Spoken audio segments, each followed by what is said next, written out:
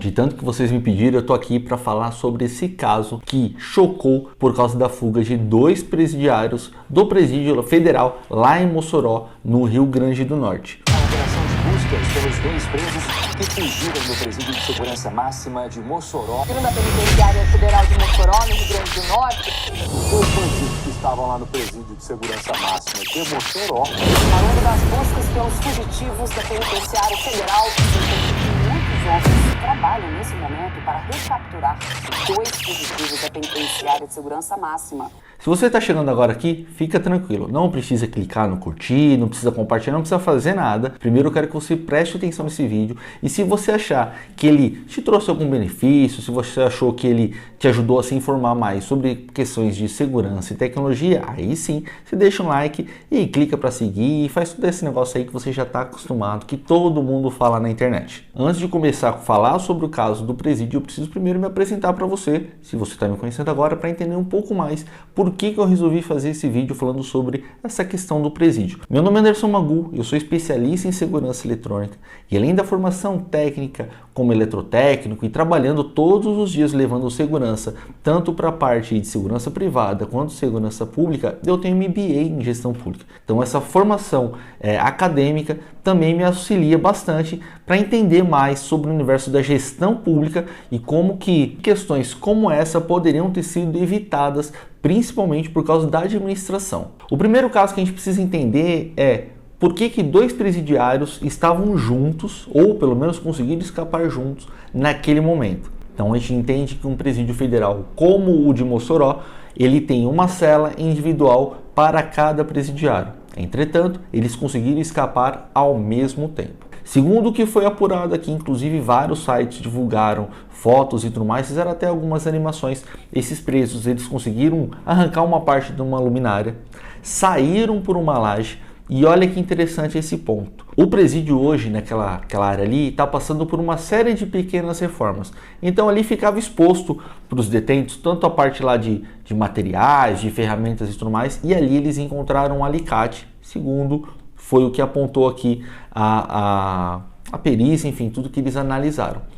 Depois disso, eles chegaram até um ponto onde o alambrado, a grade que cerca o presídio, pois é um presídio federal, mas não conta com uma muralha. Ele conta simplesmente com um alambrado cercando todo o perímetro. Na sequência, eles cortaram esse alambrado com o alicate que eles haviam encontrado ali e conseguiram empregar a fuga. A polícia também já conseguiram identificar que eles passaram por um sítio, conseguiram trocar de roupa, se alimentar e continuaram fugindo. O ponto é, o que você poderia fazer para evitar que isso acontecesse? Pois é, e quando eu digo você profissional da segurança eletrônica, da tecnologia, quais são os recursos que poderiam ter sido empregados para evitar que isso aconteça? Eu conversei com várias pessoas, vários profissionais experientes do mercado, inclusive que acompanharam durante toda a implantação desse presídio, e eles me disseram que as câmeras que eram utilizadas naquela época da implantação, todo o sistema de segurança, de alarme, enfim, era tudo de ponta, de última geração, inclusive um alambrado contava com um sensor em torno dele para, em caso de algum tipo de violação, disparasse um alarme e notificassem os responsáveis para, enfim, aquela tomada de atitude de acordo com determinados eventos. O ponto é, por que isso aconteceu? Foi por causa de uma má gestão? As câmeras não estavam funcionando, o alarme não estava funcionando, o alambrado foi cortado sem que ninguém visse. Por que esses presos conseguiram sair às 3 da manhã e foi só entre 2 e 3 da manhã e só foi constatado às 5 da manhã que eles já não estavam mais nas celas? Eu separei aqui uma série de tecnologias que poderiam ser empregadas e muitas delas eu tenho certeza que serão utilizadas muito em breve para que isso acabe sendo evitado em outros presídios também. O primeiro ponto que a gente vai ver aqui é a questão do reconhecimento facial. O reconhecimento facial ele serve tanto para o controle ali da gestão quanto para saber se aquelas pessoas estão dentro, principalmente do ambiente ali onde elas foram designadas e as rotas onde elas estão autorizadas. Pois é, o sistema em si do reconhecimento facial você pode configurar com regras de acesso, com as rotas. Então determinadas pessoas passam por um ambiente, determinadas pessoas passam por outro ambiente e esse grupo como um todo eles conseguem passar pela parte ali, pela porta principal. Então controle de acesso, com o reconhecimento facial, isso aqui é fundamental para esse sistema do presídio. O segundo ponto que a gente vê aqui que poderia ter sido evitado, principalmente no período aqui, enquanto eles estavam quebrando as paredes ali, enfim, fazendo um buraco ali para tentar escavar, são as minas terrestres. Quando a gente fala em minas, você acredita assim, você já vem na cabeça que é alguma coisa de explosão? Não. Existem equipamentos chamados minas terrestres digitais. Elas podem ser encaixadas no solo, interligadas entre si, para qualquer movimentação de terra, aquilo seja detectado por uma central de monitoramento como um alarme, para sim tomar atitude e verificar se alguém estava ali tentando cavar um buraco ou simplesmente quebrando uma parede. O outro ponto onde essas minas terrestres também poderiam ter sido utilizadas é no entorno do alambrado.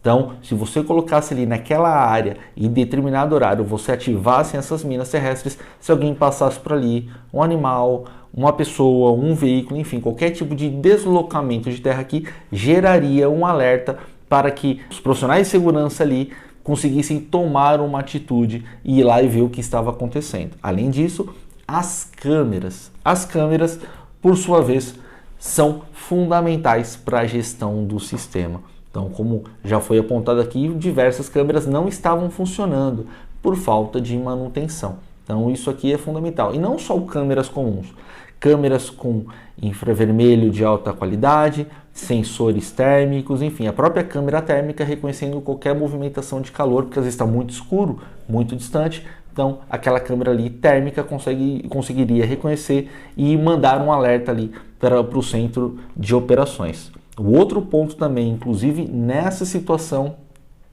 são os radares, já que a gente está falando de câmera, os radares interligados com as câmeras. O radar ele funciona com o deslocamento de algum objeto ali, no caso uma pessoa ou um veículo, e quando essa pessoa, esse veículo entra naquela área, o radar detecta que tem um deslocamento ali pela onda que é gerada ali naquele espaço. Automaticamente, sem precisar fazer nada lá no centro de operações, a câmera PTZ ali, a Speed Dome, ela vai girar, vai dar o zoom e vai acompanhar aquela pessoa ou aquele veículo circulando naquela área, e isso geraria um alerta na central. Então vocês percebam que tudo isso que a gente está falando independe de um operador, de um segurança, enfim, um policial, um agente penitenciário ficar sentado ali olhando uma tela com um monte de câmera e tentando adivinhar o que vai acontecer em cada uma. O próprio sistema de segurança eletrônica, quando bem direcionado, bem dimensionado o projeto, ele dispara ali na própria tela um pop-up para poder chamar a atenção daquele operador, daquele segurança para um determinado evento em uma determinada tela, um determinado canal que está acontecendo ali no gravador, e tudo em tempo real. Então diversos estudos já mostram que depois de 15 minutos, um profissional olhando para uma tela, ele já só está olhando, ele não está mais enxergando nada. Esses recursos já ajudariam bastante para essa situação. Um outro ponto inovador também que poderia ter sido utilizado para esse caso são os monitoramentos aéreos, os drones. Então decolaria periodicamente ali com o drone, fariam tudo automatizado, sem precisar de operador nenhum. O próprio sistema já faz isso. O drone decola sozinho, faz um trajeto da área ali pré-determinada pelo software, manda as imagens em tempo real para a central de monitoramento ali do próprio presídio, e eles tomariam alguma atitude se visse alguma coisa suspeita ali naquele momento. Então vocês imaginam um drone mesmo à noite utilizando duas tecnologias. A tecnologia do drone, propriamente dito, e também de uma câmera térmica para poder ver ali naquele período noturno o que estaria acontecendo. Isso vale também para o drone, tanto noturno quanto diurno. É claro que como ele serve na parte de madrugada, a câmera térmica é o que faria grande diferença nesse ponto, mas o drone também seria uma forma disruptiva de transformar essa situação. E olha que interessante esse ponto aqui. Pro alambrado, em caso de violação, existem algumas tecnologias que podem ajudar. Uma delas é o cabo sônico. Como é que funciona isso? Imagina um fio esticado no meio do alambrado, de ponta a ponta ali daquele perímetro. Em qualquer situação onde aquele alambrado movimentasse mais do que uma movimentação comum, do vento, alguma coisa assim, no caso uma violação, alguém tentando cortar ali, chacoalhando, aquele alambrado soaria ali, aquele sensor no alambrado, ele mandaria um sinal de movimentação, que o alambrado estava sendo violado, e automaticamente a central receberia aquele alerta e mandaria uma viatura, enfim, um profissional naquele local para verificar o que estava acontecendo. E é interessante nessa questão do sensor de fibra, que se você conseguir dividir ele ali por zonas, você sabe exatamente ali onde você está querendo. Por que eu digo se você conseguir dividir? Porque existem alguns projetos que é feito numa forma só, uma zona única, e outros divididos por zonas. Então, por exemplo, face norte, sul, leste, oeste, ou uma área muito específica que seria uma área mais vulnerável nesse sentido. Então, só que nós vimos diversas tecnologias que poderiam ter sido empregadas para poder evitar que os presos da penitenciária federal lá de Mossoró, lá no Rio Grande do Norte, tivessem fugido. É claro, agora falar sobre toda essa situação depois que aconteceu, alguns podem falar que para mim é até fácil, porque eu falo, não, isso aqui poderia ter resolvido assim. A questão é as dificuldades, né? Ou são as dificuldades do dia a dia que esses profissionais da segurança acabam enfrentando ali. Mas fato é, câmeras não estavam funcionando, o alambrado não foi cortado sem nenhuma dificuldade, ferramentas estavam espalhadas no local, própria iluminação do local era precária, tinha vários pontos escuros, enfim, uma série de fatores, não foi uma coisa única, mas de fato uma série de fatores que culminou na fuga desses 2 presos, que provavelmente muito em breve serão detidos novamente, porque a polícia está em cima para evitar que eles consigam fugir mais e, claro, para que outros presos não utilizem dos mesmos artifícios. Se você gostou desse vídeo e acompanhou até aqui, não esquece, deixa o like, agora sim, deixa o like, se inscreva no canal e compartilha para todo mundo. E aí, não esquece de clicar aí também no badulaquezinho aqui para receber notificação todas as vezes que a gente fizer um vídeo aqui, e eu tenho certeza que você vai curtir também. Meu nome é Anderson Magu, rolo compressor para cima deles e tchau, valeu!